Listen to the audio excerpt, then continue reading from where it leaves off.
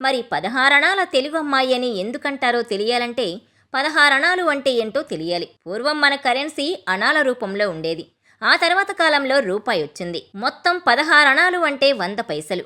అంటే నిండు రూపాయి. నడతలో, ఆహార్యంలో, వస్త్రధారణలో, ప్రతి విషయంలో తెలుగుదనాన్ని మాత్రమే నింపుకున్న అమ్మాయిని 16 అణాల తెలుగు అమ్మాయి అంటారు. 16 అణాలు కలిస్తే 100 పైసలు అయినట్టే 16 అలంకారాలను కలిగి ఉన్న అమ్మాయిని 16 అణాల తెలుగు అమ్మాయి అంటారు. ఇంతకీ స్త్రీలు చేసుకునే ఆ 16 అలంకారాలు ఏంటంటే దంతధావనం, నలుగు పెట్టి స్నానం, పసుపు రాసుకోవడం, చీర రవిక ధరించటం, కాళ్లకు పారాణి, జుట్టు చక్కగా దువ్వుకోవడం, జడకు నిండుగా పూలు పెట్టుకోవడం, పాపిట్లో కుంకుమ పెట్టుకోవడం, బుగ్గన చక్కటి చుక్క, నుదుటిన బొట్టు, చేతులకు గోరింటాకు, పెదవులకు ఎర్రటి రంగు తాంబూలం, కళ్లకు కాటుక, సర్వాభరణ అలంకరణ, పెళ్లైన స్త్రీకి మంగళసూత్రం, మెట్టెలు, నల్లపూసలు వేసుకోవడం,